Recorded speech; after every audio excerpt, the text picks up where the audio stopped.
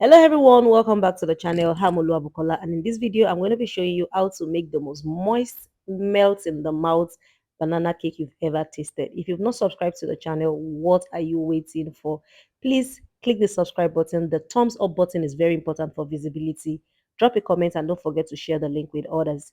For this tutorial, I'm going to be using very ripe bananas. If you have bananas that the peel looks quite dark, too soft, believe me, that is the type of banana you want, because we want the sweetness of the banana and we also want, the mushy texture of the banana in our banana cake. So the very first thing you're going to be doing is that you're going to be mashing your bananas. You can decide to make it as smooth as you want, but for me, when I make my banana puree for banana cake, I'll rather still have a little bit of chunks of bananas in there. So if you want it to be very, very smooth like you would use to feed a baby, why not go right ahead and do that? So I'm using a fork here to mash my bananas. Have you clicked the subscribe button? Please, guys, click the subscribe button and don't forget to click the thumbs up button. For this recipe, I'm going to be using almond nut, but you can choose to use walnut or any other nut that picks your fancy. So what I'm doing right here is that I'm just toasting that a little over it so I can release the flavors, of the almond and the aroma, and try and dice it while it's still hot. It makes it very easier for you to dice. I have one leftover banana I'm going to be using as banana splits. So I'm going to be using that to garnish my cake batter at the end of the video. Then let's start baking. The very first thing I want to do is I'm going to be separating my egg whites from my egg yolk, because I want to whisk the egg whites separately and whisk the egg yolk separately. So that is what I'm doing right now. I'm just trying to let my egg white, form little soft peaks, I should say. It doesn't have to be stiff, and just give it that ribbon effect. When it's at that texture, it's good to go. And that in goes my margarine. You can choose to use butter and my sugar. Then I combine both together. You don't necessarily need to use an hand mixer. A manual whisk will do the same thing. Just beat, beat, beat with your manual whisk. And one thing I always say is the scrape the size of your bowl while mixing so you can get all your ingredients fully incorporated. Then now I'm adding all ingredients at once without mixing. I'm just adding all ingredients at once into the butter and sugar mixture. That is what I'm doing right now at this particular point in time.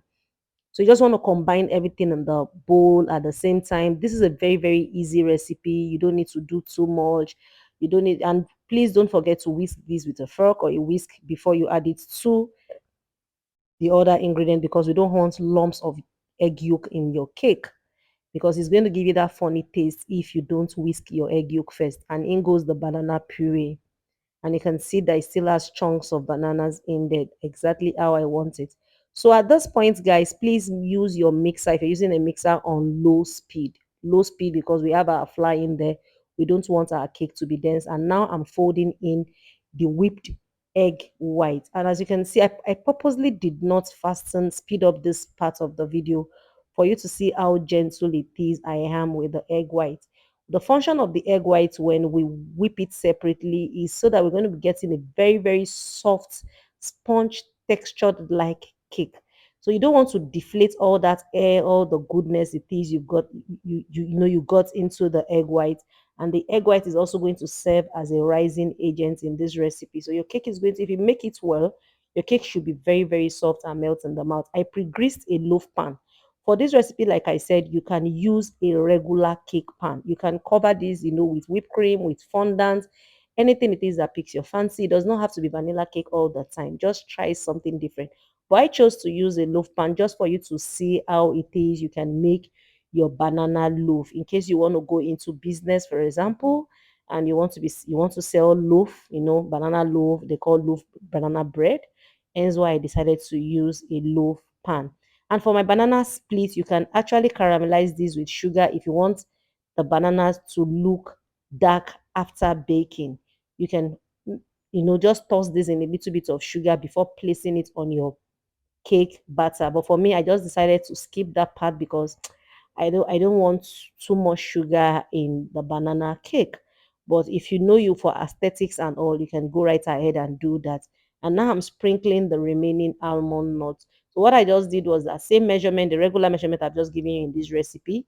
I decided to remain a little just to so I can sprinkle some on the banana loaf, so that by the time it comes out of the oven, is it already has aesthetics and it's kind of like decorated without having to frost.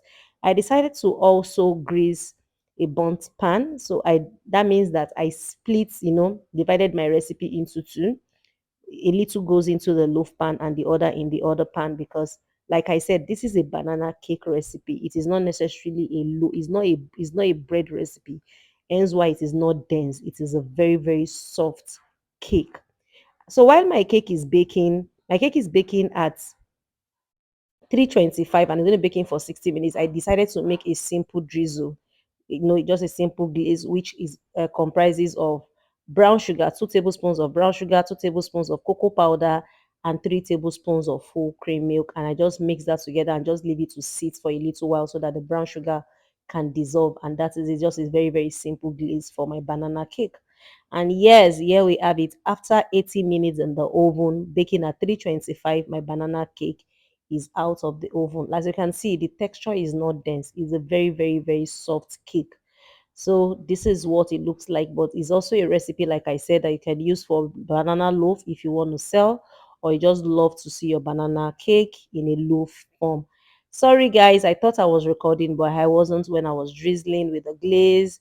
I didn't know I did not start the camera, but this is exactly what the glaze looks like. So if you want to sell cakes, banana cake, you can actually use the burnt pan. It gives it this beautiful circular halo shape that looks very, very nice. And you can see what the inside of the cake looks like. Very, very soft. And like I said, it melts in the mouth. Like this literally melts in your mouth. Will you be trying this recipe? And which other recipe on the channel have you tried that you really, really, really, really love? I would love to read from you. I would love to read from you in the comments. And I always, always try my best to respond to all comments. So don't forget to drop your comments. And please, like I said, click the thumbs up button for this video. That is the best you can do for me so that the video can get better visibility so that others can also see this recipe and enjoy this yummy goodness. I want to believe you are not stingy. You don't want to enjoy this recipe alone. And please don't forget to share the link of this video with others. Thanks for watching, and I hope to see you back on the channel next time. Bye bye.